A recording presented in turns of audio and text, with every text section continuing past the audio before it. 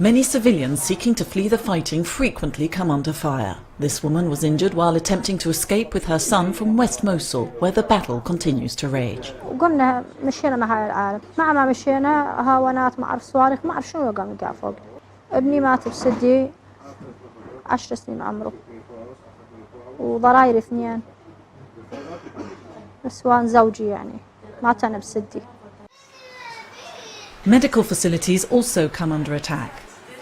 Ahmed, who was wounded in an explosion near his house, had to flee from the bombing of the hospital where he had been taken for treatment. يا الله باب المستشفى، أنا بالمستشفى مدنيين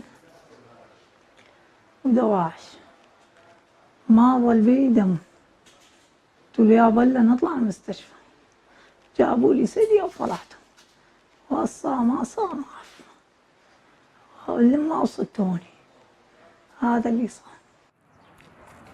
Ahmed is now being treated at the MSF medical facility in East Mosul, a few kilometres from the front line.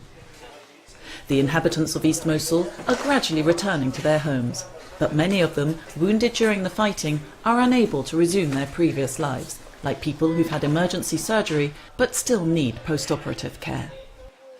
قالوا لي راح نحاول تشينه يربطوا لك العصب مع رجلك، يسووا لك عمليات تحسنين، عندك هذا القدم ما تقدر تحركين انها يعني قاعيه مع القدم، على المستقبل يحطوا لك يعني مثل نقول هيك عمل يعني قاعيه يعني عمل تقدر تنهضين الحركه مع رجلك. ما اعرف جابوني هنا كل 4 أيام 5 يسووني عمليه، كل 4 أيام 5 يسووني عمليه. ما جاد يعني بس هالايام يعني شويه اقدر احركها يعني. MSF opened this facility in March. It has an emergency room, surgical theatre and a 30-bed inpatient department. The vast majority of patients have war wounds.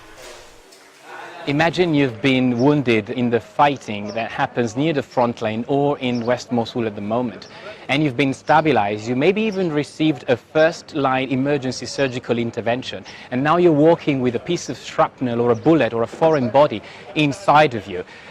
You don't require any life-saving emergency treatment, but you still have something that prevents you from leading a normal life. Since opening the facility, MSF has given over 1,000 emergency consultations and performed more than 175 surgeries. As people gradually return to East Mosul, medical needs in this part of the city are set to increase still further.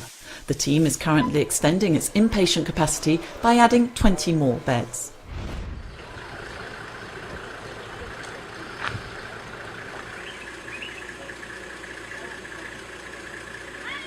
After fighting broke out last November, PK3 camp was set up to provide protection to civilians fleeing their homes. 8 months later, the 3,000 initially expected have risen to 25,000. New arrivals are putting up makeshift shelters, but they're not receiving basic necessities such as plastic sheeting and soap. Overcrowding, lack of water, makeshift shelters, all these factors foster the spread of epidemics. Nous sommes en période de pic pali, ce qui fait que les enfants sont régulièrement malades et nous sommes obligés d'ouvrir une clinique mobile pour soigner les enfants de moins de 15 ans. Les conditions de vie ici sont déplorables parce qu'il n'y a pas suffisamment de latrines, il n'y a pas suffisamment d'eau. On crée une épidémie liée au manque d'eau. The teams are improving the camp's water supply. In a situation where there's not enough humanitarian aid to respond to needs, an epidemic could fast become unmanageable.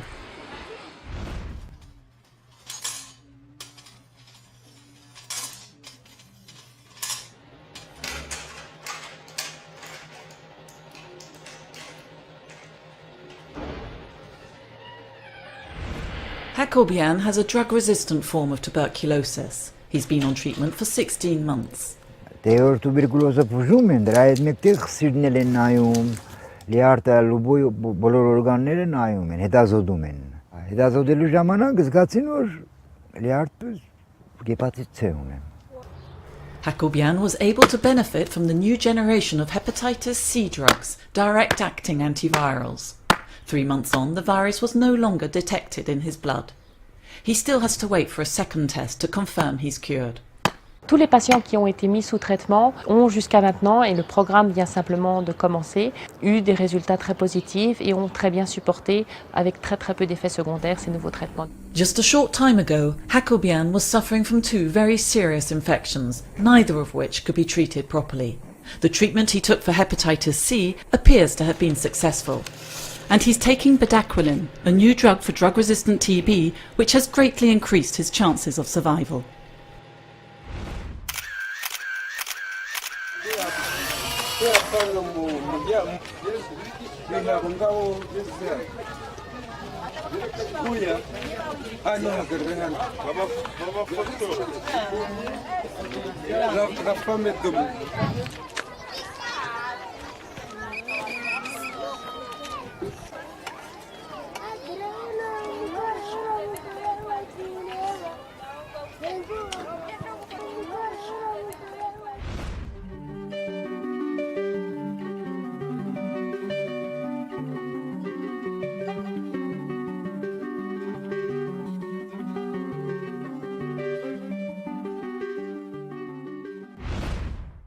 You're a water and sanitation expert, and MSF has just sent you to Sana'a, the capital of Yemen. First, you meet with the head of mission, who puts you in the picture. Suspected cholera cases have just been reported in a town in Amran Governorate. Your task is to set up a 50-bed cholera treatment centre, or CTC for short. Once you get there, you'll have 3 days to get the centre up and running. You set off immediately, with this truck transporting the 6 tons of supplies and equipment you'll need. A site's been found near the town's health centre. How can this empty space be converted into a CTC? First, it needs to be divided up into 4 areas. 3 for patient observation, hospitalisation and recovery. The 4th area is for staff only.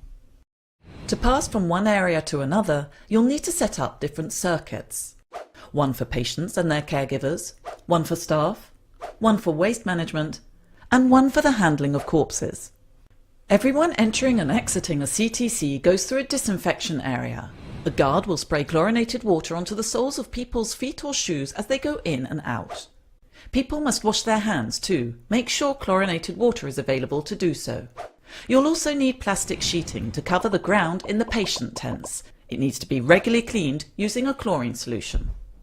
Now for the beds. You'll use specialised beds with holes in them for severely dehydrated patients too weak to get up. Place buckets next to each bed as cholera patients suffer from vomiting and diarrhoea. There also needs to be something to hang a saline drip. Drips are not required in the observation and recovery tents, where patients need just oral rehydration salts mixed with water.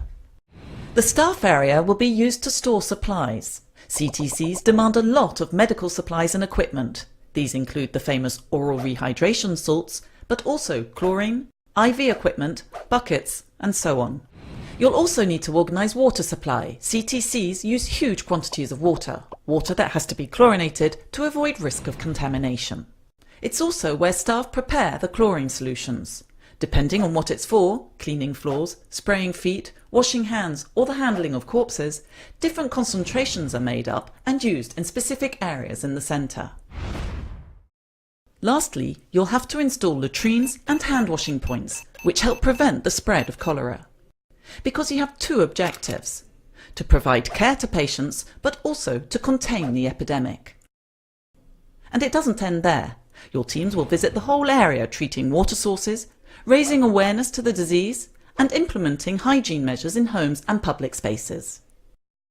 Fulfilling all of the above and complying with a range of stringent procedures are as crucial in Yemen now as they are during any other cholera outbreak.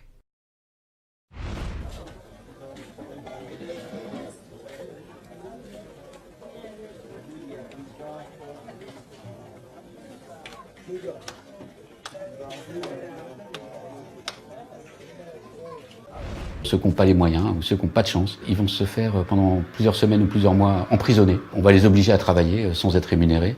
Ils vont être gardés dans des conditions de vie exécrables, pires que celles des centres de détention. Et un nombre assez important d'entre eux vont mourir. Tout ce passage-là dans le désert avant d'arriver sur la côte est assez mal connu. Mais les indications qu'on a, pour l'instant, semblent montrer qu'il y a au moins autant de morts dans le désert que sur la Méditerranée. Et c'est évidemment des circonstances très difficiles pour une organisation humanitaire que d'assister ces gens-là qui vivent dans la clandestinité totale sous la coupe de réseaux mafieux extrêmement violents. On continue d'essayer d'avoir accès à cette population et en attendant, on s'occupe d'assister les personnels qui ramassent les corps et qui essayent de les identifier avant de les enterrer dignement.